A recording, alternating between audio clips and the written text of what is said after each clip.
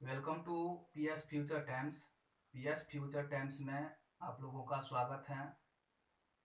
पिछले वीडियो में हम लोग पढ़े थे एलसीएम एचसीएफ के कुछ इम्पोर्टेंट क्वेश्चन। आज फिर हम लोग जो है एलसीएम एचसीएफ के कुछ इम्पोर्टेंट क्वेश्चन लेकर के आए हैं, जो इस प्रकार से हैं, आप लोग देख सकते हैं। प्रश्न है कि वह संख्या कौन सी है जिसमें 30, 40 तथा 20 से भाग देने पर शेषफल शून्य प्राप्त हो। क्या बोला है कि वह संख्या कौन सी है जिसमें 30, 40 तथा 20 से भाग देने पर शेषफल शून्य प्राप्त हो। तो सबसे पहले जो संख्या दिया हुआ है 30, 40, 20, इसका क्या करते हैं हम लोग एलसीएम निकालेंगे।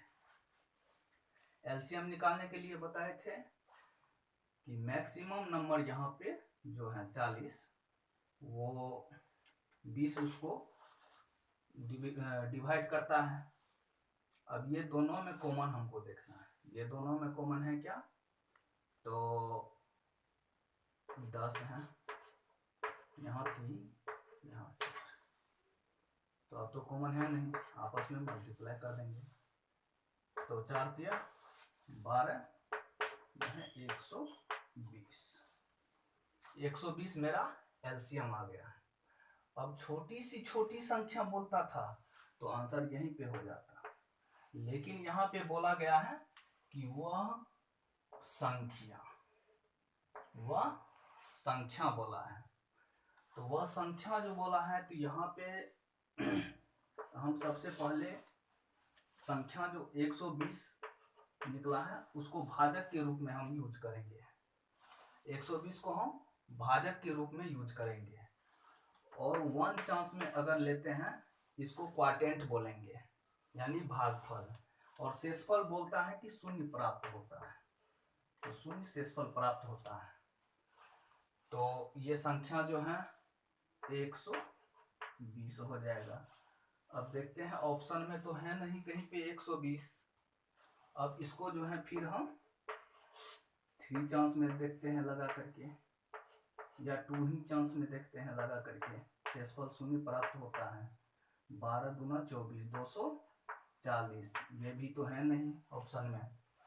अब एक चीज देखते हैं ऑप्शन में हम कि एक यहाँ पे 720 है, तो 120 में कितना फोल्ड करेंगे कि 700 यहाँ 20 आ जाए। तो 120 में हम अगर 6 टाइम फोल्ड करते हैं और रिमाइंडर को 0 मानते हैं, तो यहाँ पे मेरा आ जाता है 720। तो ये प्रश्न का मेरा उत्तर हो जाएगा।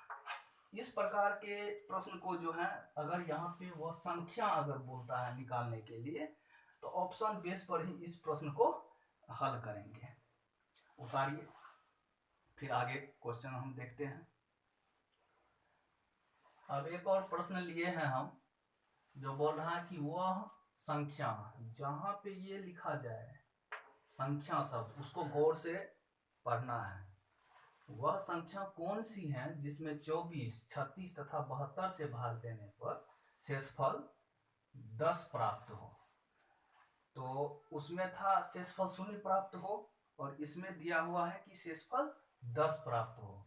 तो ऑप्शन बेस से ही जब संख्या बोले निकालने के लिए, तो ऑप्शन बेस से ही एग्जाम हॉल में सॉल्व करेंगे, ताकि कम समय में क्वेश्चन सॉल्व हो जाए। तो चलिए देखते हैं। सबसे पहले तो हम 24, 36, 72 का क्या करेंगे, एलसीएम निकालेंगे। तो 24, 36, 72 का एलसीएम यहाँ पे अगर हम निकालें तो 72 ही हो जाएगा, क्योंकि 72 एक ऐसा नंबर है कि उसको 24 भी डिवाइड कर देती है और 36 भी डिवाइड कर देती है। तो एलसीएम यहाँ पे 72 हो जाएगा। एलसीएम 72 तो हो जाएगा, लेकिन यहाँ पे तो बोला है संख्या निकालने के लिए। तो पहला नंबर पर अगर हम लेते हैं 72 को 1 से ही लेते हैं समझाने के लिए, वैसे तो डायरेक्ट उत्तर भी निकाल सकते हैं ऑप्शन बेस पर हम। 72 को 1 फोल्ड अगर करते हैं, 10 रिमाइंडर बचा हुआ है ना, तो ये हो जाएगा 82। अगर हम दूसरा देखते हैं तो 72 को कितना फोल्ड करेंगे कि इसके आसपास हम पहुंच जाएं। तो 72 को अगर हम टू फोल्ड करते हैं तो 44 हो जाता है, लेकिन रिमाइंडर यहाँ पर तो 10 लेंगे तो फिर ये 54 आना चाहिए। इसका मतलब है कि इससे ज़्यादा फोल्ड लगाना पड़ेगा।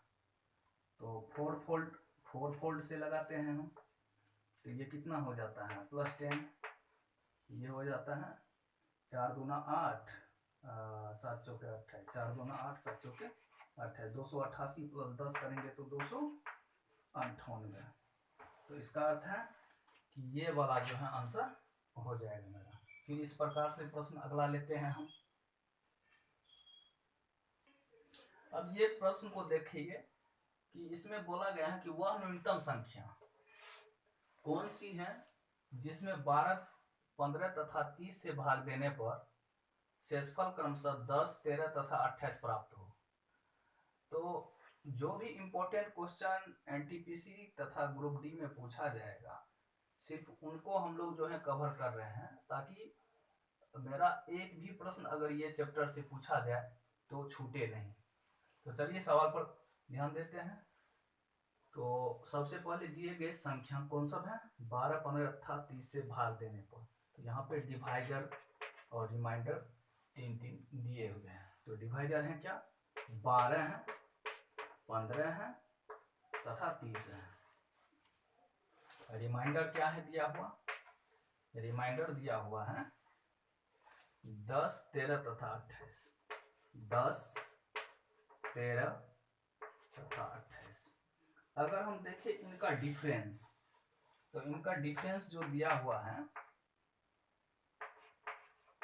डिफरेंस जो अगर हम निकालें तो ये हुआ 2, ये हुआ 2, इसका मतलब ये दोनों बराबर हैं, और ये भी 2, यानी तीनों आपस में ये डिफरेंस बराबर है।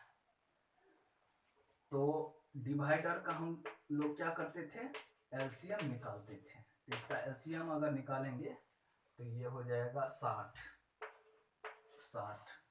और डिफरेंस अगर इक्वल रहे तो डिफरेंस को हम लोग क्या करेंगे, एलसीएम में माइनस कर देंगे। तो जो निकलेगा वही मेरा फाइनली आंसर होगा। उतार सकते हैं। फिर आगे देखते हैं। अब ये प्रश्न को देखते हैं, दो संख्याओं में 7, 5 का अनुपात है, यदि उनका एलसीएम 175 हो तो ज्ञात करें कि बड़ी संख्या कौन सी है। तो इसमें देखना है कि 7, 5 का जो अनुपात दिया हुआ है दो संख्याओं में, 7:5, और उनका एलसीएम दिया हुआ है 175, एलसीएम बराबर 175। तो सबसे पहले ये अनुपात में कोई भी चीज मैक्सिमम कॉमन रहता है। तो मैक्सिमम कॉमन जो है इसमें 7x और 5x। तो इस दोनों में जो मैक्सिमम कॉमन है वो x है, और जो बच जाता है वो इस प्रकार से लिखते हैं। एलसीएम तो इसी प्रकार से निकालने के लिए सीखे हैं हम। अब तो कॉमन है नहीं, अब इसको मल्टीप्लाई कर देते थे आपस में। तो जो निकला 7, 5, 35x, और शब्द में जो एलसीएम दिया हुआ है वो है 175। अब इसको अगर हम सॉल्व करते हैं तो x का मान जो है निकल जाएगा यहाँ से 5 चांस में। तो सबसे मैक्सिमम नंबर पूछा है, तो सबसे मैक्सिमम नंबर यहाँ पर तो 7x ही है। तो बड़ी संख्या 7x बराबर x का मान यहाँ पर है 5 निकला हुआ, तो 7, 5, 35 यहाँ पे मेरा मैक्सिमम नंबर हो गया। उतारिए। अब देखते हैं ये प्रश्न जो दिया हुआ है, बोल रहा है कि दो संख्याओं में 9 7 का अनुपात है तथा उसका एलसीएम 945 है, याद करें कि उसका एचसीएफ क्या होगा। तो सबसे पहले हम देखते हैं कि दो संख्याओं जो दिया हुआ है 9:7 में दिया हुआ है और उनका एलसीएम जो दिया हुआ है, एलसीएम वो दिया हुआ है 945। तो इसमें मैक्सिमम जो संख्या छुपी होती है उसको हम ले लेते हैं। तो मैक्सिमम जो नंबर छुपी हुई है वो x है, तो बच गया कितना 9 और 7। अब तो कॉमन है नहीं, आपस में मल्टीप्लाई कर देंगे। मैक्सिमम जो नंबर कॉमन निकला है वही एचसीएफ होता है, वो है कितना तो x। तो इसको मल्टीप्लाई करने पर जो है 9 7 63x आता है। तो 63x बराबर जो है 945। यहीं से x का मान निकालेंगे, मेरा एचसीएफ निकल जाएगा। निकालिए कितना होता है। तो 945 में 63 से अगर भाग दें हम तो एक चांस में ये 63 आ गया, ये आ गया 1 और ये आ गया ये 5। अब 5 चांस में लगा 5 या 15 56 30 31, यानी 15। कहने का अर्थ ये मेरा एचसीएफ निकल गया। ये मेरा क्या निकल गया, एचसीएफ निकल गया, एचसीएफ। उतारिए।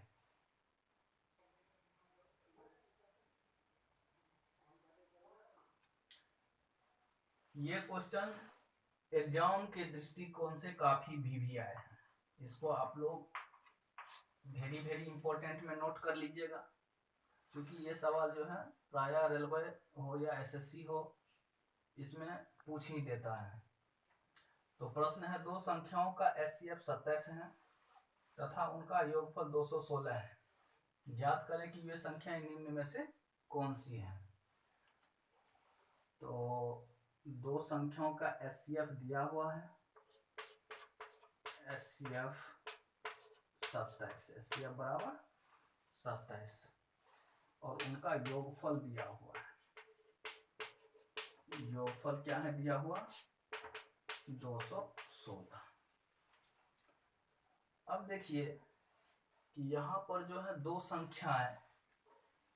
संख्याएं हम ए और बी ले लेते हैं।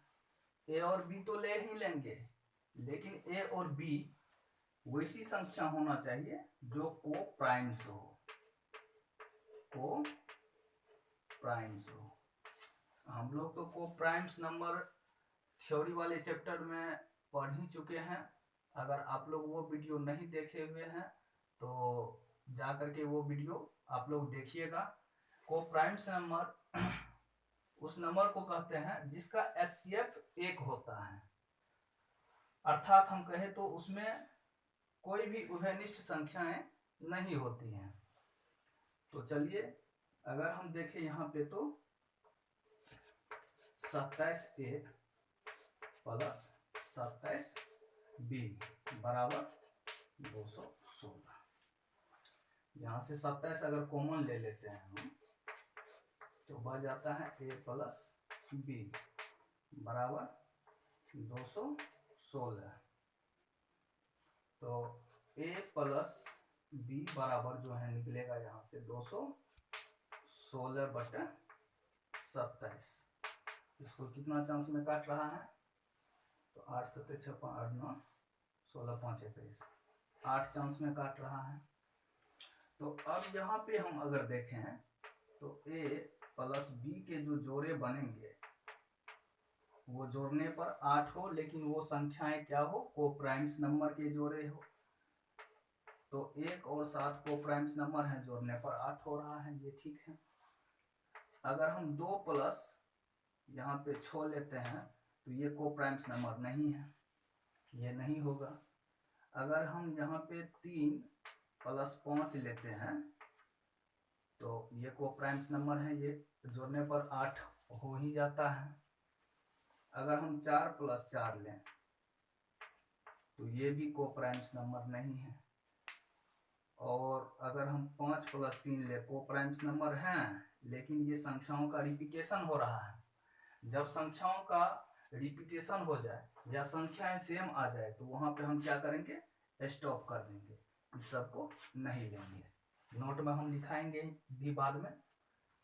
तो ये संख्याएं जो हैं 1 और 8 जो कोप्राइम्स नंबर के जो जोड़े बन रहे हैं, तो हमको संख्याएं बोल रहा है निकालने के लिए। तो संख्याएं एक हो जाएगा क्या, तो ए, तो से 27A, तो ए का मान 1 निकला हुआ है, तो यहाँ पे 27, ए का मान 1 निकला हुआ है तो 27 ही हो जाएगा। और 27B जो हो जाएगा यहाँ पे 27 को 7 से मल्टीप्लाई करेंगे तो 7 7 49 के 9 बाकी 4 और 7 दूना 14 4 18। ये एक संख्याएं के पेयर हो गया। अब दूसरा पेयर हम यहाँ पे देखें तो 27 या 81 हो जाएगा, यहाँ पे 81। अब यहाँ पे जो है 5 से मल्टीप्लाई करेंगे तो 7 5 35 के 5 बाकी 3 और 7 दूना 14 3 5 दूना 10 3 13 हो जाएगा, 135 हो जाएगा। अब ये दोनों में से जो ऑप्शन आपको दिखाई दे रहा है वही आंसर हो जाएगा। हमको तो लगता है पहला ही आंसर हो जाएगा। 27 और 189, 81 135 तो है नहीं। उतारिए उतारिए, फिर एक बार और समझा देते हैं हम। देखिए यहाँ पे बोल रहा है दो संख्याओं का HCF 27 है, तो दो संख्याओं का HCF 27 है। मान लिए दो संख्या A और B और उनका योगफल दिया हुआ है 216 है, सॉरी 216 है। अब ये दो संख्याएं जो हैं वो वैसी संख्याएं को चूज करेंगे जो कोप्राइम्स नंबर है, और यहाँ पे योगफल बोल रहा है तो 27A + 27B बराबर 216 हो जाएगा। अब दोनों में हम देख रहे हैं कि ये मैक्सिमम कॉमन 27 है, तो दो मैक्सिमम कॉमन 27 हैं, तो A और B का मान जो है यहाँ पे 8 निकल जाएगा। अब A और B के जो है वैसा पेयर बनाएंगे जो कि जोड़ने पर 8 हो, तो और कोप्राइम्स नंबर के पेयर बने। तो यहाँ पे 1 और 7 लिए तो ये कोप्राइम्स नंबर भी है और जोड़ने पर 8 भी हो रहा है। 2 और 6 जोड़ने पर 8 तो हो रहा है लेकिन वो कोप्राइम्स नंबर नहीं है। यहाँ पे 3 और 5 लिए ये कोप्राइम्स नंबर के जोड़े हैं, चूंकि इसका HCF 1 निकलता है तो इसको जोड़ने पर 8 भी पूर रहा है। अब यहाँ पे देखते हैं हम कि 4 और 4 ये सेम नंबर आ जाता है। जब सेम नंबर आ जाए तो वहां से ही हम ब्रेक कर देंगे, फिर आगे बढ़ेंगे नहीं, क्योंकि आगे बढ़ेंगे तो वो संख्या रिवर्स हो जाएगा। चलिए फिर अगला प्रश्न देखते हैं।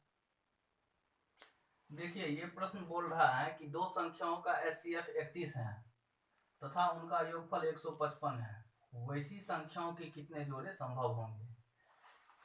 अब जोड़े भी पूछ देता है कभी कभी एग्जाम में, तो ये निकालने में जो है कई को प्रॉब्लम भी हो जाते हैं, लेकिन प्रॉब्लम नहीं होगा, इसको भी VVI में रख लेना है। अब चलिए ये बोल रहा है कि HCF बराबर 31, योगफल उसमें क्या था, पिछले वाले प्रश्न में था कि संख्या पूछ दिया था, इसमें जोड़ा पूछ दिया है, वही करेंगे। इसमें 31A + 31B दो ऐसी संख्या लेंगे जो कि वो कोप्राइम्स नंबर हो। तो इसमें कॉमन देखते हैं हम तो 31 है,